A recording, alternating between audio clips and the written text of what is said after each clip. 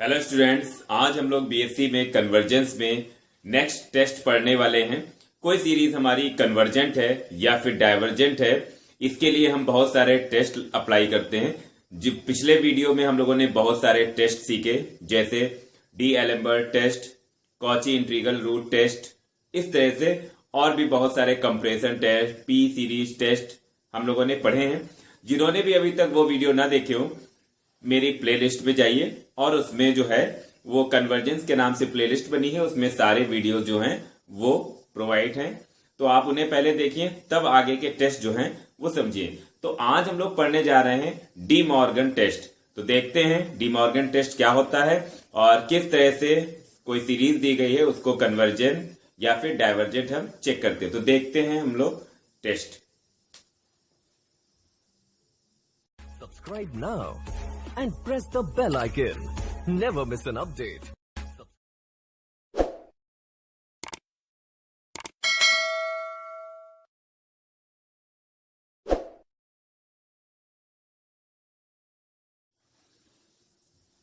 तो हम लोग देखते हैं टेस्ट नंबर 6, जिसका नाम है De Morgan and Bertrand test. इससे हम कैसे सीरीज को हम चेक करते हैं कि सीरीज हमारी कन्वर्जेंट है या फिर डाइवर्जेंट है।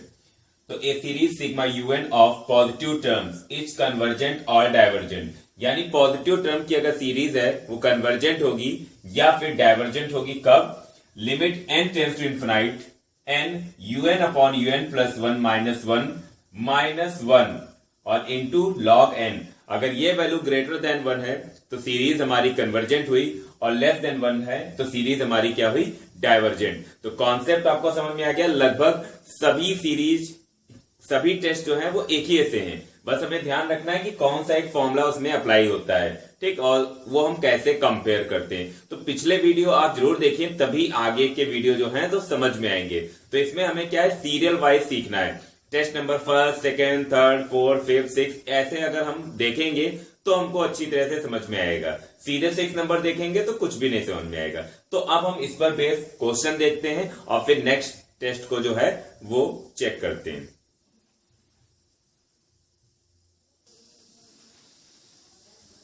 तो यहां पर हमें ये सीरीज दी गई हुई है और हमें इसको कन्वर्जेंट चेक करना है, कन्वर्जेंट है या फिर डाइवर्जेंट है, ठीक।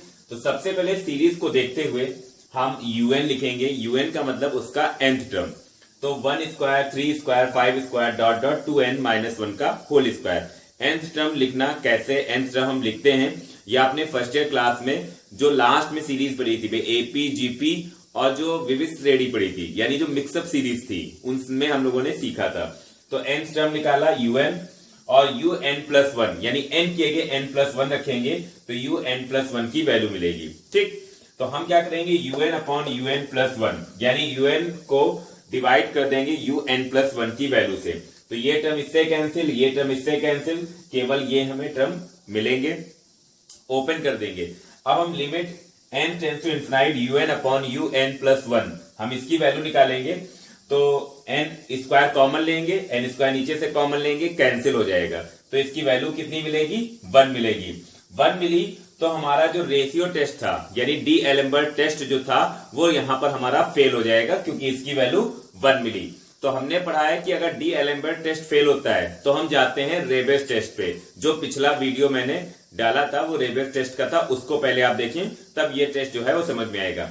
तो अब ये रेशियो टेस्ट यानी डी एलेम्बर्ट टेस्ट फेल, और जब वो फेल तो रेबेस टेस्ट पे आएंगे। तो अब हम रेबेस टेस्ट को इसमें अप्लाई करेंगे। इसका आप स्क्रीनशॉट ले लीजिए, फिर रेबेस टेस्ट देखते हैं।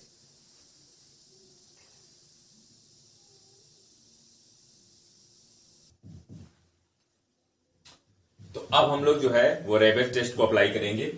तो n un upon un plus 1 minus 1, इसकी हम वैल्यू निकालेंगे। तो un अपॉन un प्लस 1 की वैल्यू ये आई, -1 एलसीएम लेके कैलकुलेट करके n से मल्टीप्लाई करेंगे तो हमें इतना हमें मिलेगा, ठीक। अब इतना मिलने के बाद अब हम क्या करेंगे, limit n tends to infinite n un upon un plus 1 minus 1, ठीक, इसकी हम वैल्यू रखेंगे और n टेंड्स टू इन्फिनाइट पे हम इसकी वैल्यू निकालेंगे। तो n स्क्वायर ऊपर से कॉमन लेंगे, n स्क्वायर नीचे से कॉमन लेंगे, कैंसिल हो जाएगा, और 1 अपॉन n जहां आएगा वहां 0 हो जाएगा। तो 4/4 क्या आएगा? 1। तो अब इसकी वैल्यू भी 1 मिली, तो यहां पे रेबेस टेस्ट भी फेल हो गया। ठीक, तो जब रेबेस टेस्ट फेल होता है तब हमारा अप्लाई होता है डी मॉर्गन टेस्ट। ठीक, तो अब हम क्या करेंगे, n UN upon UN plus 1 minus one इसको निकालेंगे। तो इसकी वैल्यू अभी हमने ऊपर काउंट करी, उसमें से -1 करेंगे। फिर limit n tends to infinite ये इंटू लॉग एन, यही तो हमारा अभी हमने लिखा था डी मॉर्गन टेस्ट। ठीक, तो हम इसको मल्टीप्लाई करेंगे log n से, तो इसकी वैल्यू कितनी आई, इतनी, और इंटू log n। अब हमने क्या किया, इसमें n से मल्टीप्लाई किया, डिवाइड किया, तो n से मल्टीप्लाई किया इतने को, और लिमिट का हम सिस्टम जानते हैं कि लिमिट दोनों के साथ अलग अलग की जा सकती है। ठीक, तो एक चीज यहां पर आप ध्यान रखिए, limit n tends to infinite log n बटे n, इसकी वैल्यू जो है वो 0 होती है। ठीक, तो ये log n बटे n limit n tends to infinite पे वैल्यू इसकी क्या हुई, 0, और इसकी वैल्यू निकालेंगे तो -1/4 आएगी। ठीक, जब मल्टीप्लाई करेंगे तो क्या आएगा, 0, और 0 क्या है, लेस देन 1, यानी 1 से छोटा है, और अगर इसकी वैल्यू 1 से कम आती है तो सीरीज क्या होती है, डाइवर्जेंट। अभी आपने सीखा। तो सबसे पहले हम एलेम्बर्ट टेस्ट को अप्लाई करेंगे, अगर वो फेल हो जाएगा तो रेबेस टेस्ट को अप्लाई करेंगे, वो भी फेल हो जाएगा, तब हम आएंगे डी मॉर्गन टेस्ट पे। ठीक, तो इस तरीके से हमें दोनों टेस्ट पिछले आने चाहिए, तब हम डी मॉर्गन टेस्ट को समझ पाएंगे। आई होप कि आपको ये अच्छी तरह से समझ में आ गया होगा कि डी मॉर्गन टेस्ट किस तरह से अप्लाई किया जाता है।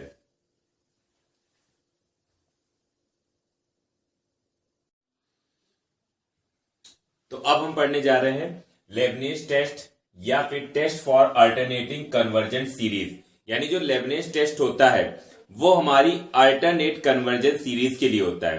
अभी तक हम लोगों ने जितने भी टेस्ट पढ़े हैं, पिछले 6 टेस्ट, वो सभी टेस्ट जो हैं वो हमारी पॉजिटिव टर्म की सीरीज होती है। यानी सीरीज में जितने भी टर्म होते हैं सभी पॉजिटिव होते हैं। लेकिन अगर सीरीज हमारी अल्टरनेट है, यानी अल्टरनेट पॉजिटिव निगेटिव टर्म है, तो उसमें फिर हमारा लेबनिज टेस्ट जो है वो अप्लाई होता है। तो हम जानते हैं कि क्या होता है।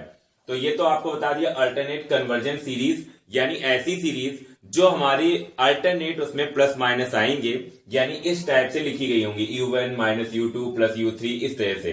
un क्या होगा, 0 से ग्रेटर देन होगा, और n जो है वो कैपिटल N यानी नेचुरल नंबर में बिलोंग करेगा। ठीक, तो अगर सीरीज हमारी कन्वर्जेंट है तो फिर 2 कंडीशन वेरीफाई होनी चाहिए। पहली, न्यूमेरिकली इन डिक्रीजिंग ऑर्डर, यानी जो हमारे नंबर लिखे गए होंगे, जो यहां पर टर्म लिखे गए होंगे, वो डिक्रीजिंग ऑर्डर में होंगे। कहने का मतलब u1 greater than u2 greater than u3, इस तरह से। यानी सबसे पहला टर्म सबसे ज्यादा, फिर उससे कम, फिर उससे कम, फिर उससे कम। पहली कंडीशन अगर वेरीफाई कर गई तो फिर limit n tends to infinite पे un 0 आना चाहिए।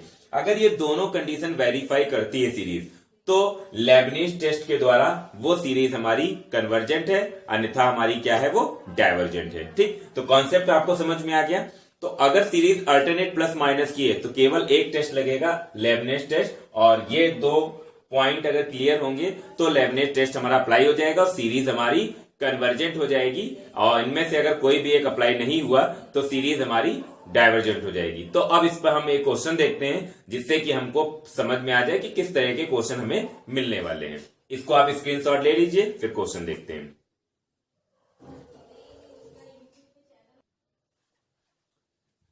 तो क्वेश्चन हम यहां पर देखते हैं। तो हमारी सीरीज दी गई है 1 minus 1/√2 plus 1/√3 minus 1/√4 plus up to infinite. अब ये हम चेक करते हैं कि सीरीज हमारी कन्वर्जेंट है या फिर डाइवर्जेंट है। तो देख रहे हैं आप कि इसमें सीरीज में क्या है, अल्टरनेट प्लस माइनस है। अब तक हम लोगों ने जितने भी टेस्ट किए सभी में पॉजिटिव टर्म थे, लेकिन यहां पर पॉजिटिव एंड निगेटिव अल्टरनेट हमको मिलेंगे। तो लेबनिज टेस्ट यहां पर हम चेक करेंगे। तो पहले कुछ लैंग्वेज लिखनी पड़ेगी।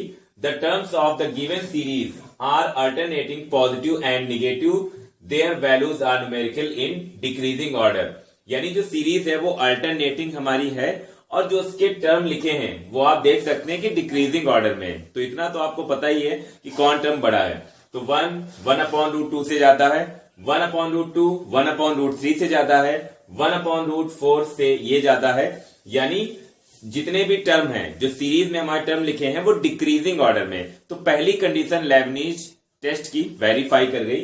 अब हम क्या करेंगे, second condition, limit n tends to infinite un, इसकी हम वैल्यू निकालेंगे। तो इसको देखते हुए un क्या होगा, -1 की पावर n माइनस 1। अगर हम यहाँ 1 रखेंगे तो 1 माइनस 1 0, -1 की पावर 0 यानी 1 आएगा, यानी पॉजिटिव मिलेगा। 2 रखेंगे तो 2 माइनस 1 यानी -1 की पावर 1 यानी माइनस मिलेगा। ठीक, और 1/√2, 1/√3, 1/√4 यानी n में क्या आएगा 1/√n। जब हम n के आगे इनफाइनाइट रखेंगे तो 1/∞ क्या मिलेगा 0, यानी जो लेबनिज टेस्ट की सेकंड कंडीशन थी वो भी वेरीफाई कर गई। इसका मतलब लेबनिज टेस्ट की दोनों कंडीशन फॉलो कर गई। It means given series is convergent, यानी जो हमारी सीरीज दी गई है वो हमारी सीरीज जो है वो कन्वर्जेंट है।